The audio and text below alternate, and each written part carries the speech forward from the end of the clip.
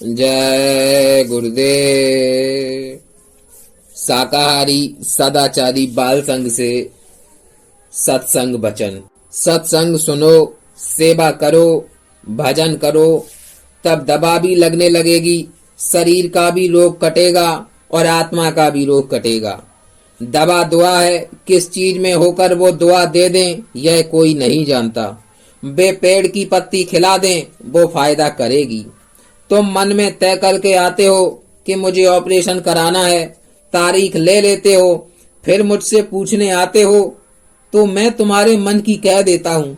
जब तुमने तय कर लिया है तो मैं मना क्यों करूं। जब हम कहते हैं कि ऑपरेशन मत कराओ तो तुम जल्दी करते हो कि डॉक्टर ने तारीख दे दी तो डॉक्टर क्या खुदा बन गया है। तुम्हें तो पहले ही पूछना चाहिए था। तारीख तो फिर भी मिल जाती है, थोड़ा सब्र करना चाहिए। मौत तो अस्पताल में भी हो जाती है, ये तुम्हें सोचना चाहिए। जिसमें 1000 लाख लगे वह दवा है, बिना पैसे की दवा अच्छी नहीं लगती। दुनिया में अच्छे बुरे काम करते करते आदमी थक जाता है। वह सोचता है कि कुछ ऐसा होता जिससे जीवन में बदलाव आता। लोक में, परिवार में, अड़ोसी पड़ोसी में सबके साथ अच्छा व्यवहार करो, अच्छे काम करो।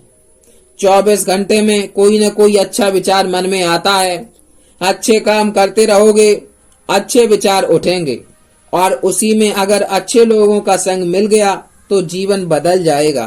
प्रेमियों, एक डकैत था। 17 साल की उम्र से डकैती शुरू की और 50 साल तक डाके डालता रहा। पर उसका उसूल था कि डाका डालेगा पर किसी को मारेगा नहीं। उसे खबर लगी कि नदी से कुछ नावें सामान लेकर जा रही हैं। उसने सोचा कि चलो वहां चलें, डाका डालें।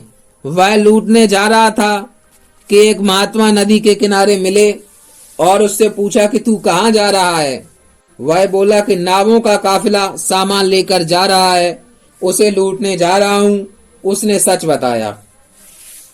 महात्मा जी बोले कि अब तो तेरा समय पूरा हो रहा है, अब तो तू डकैती छोड़ दे। उसने प्रतिज्ञा किया कि अब कभी डकैती नहीं डालूंगा। महात्मा जी ने कहा कि वो सामने टीला है, उसको काटकर जमीन बराबर कर दे। वह टीला काटने में जुट गया। दिन भर काटता रहा। रात होने को आई तो उसने सोचा कि कल काट लूंगा। रात में नदी में एकाएक पानी उफन गया और टीले की मिट्टी को बहा दिया और वहां का सारा मैदान सपाट हो गया। वह आदमी सवेरे उठा और देखा कि मैदान हो गया है तो महात्मा जी के पास गया। उन्होंने पूछा कि टीला कट गया।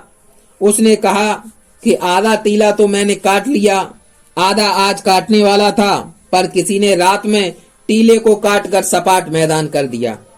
कहने का मतलब ये है कि सच्चाई और ईमानदारी होती है तो कुदरत साथ देती है।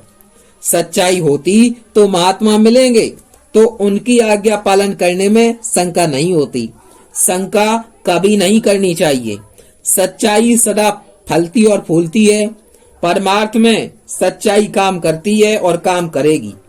महात्मा की बाणी फलती है, वो काम करती है। भजन करो, वह सच्चा है।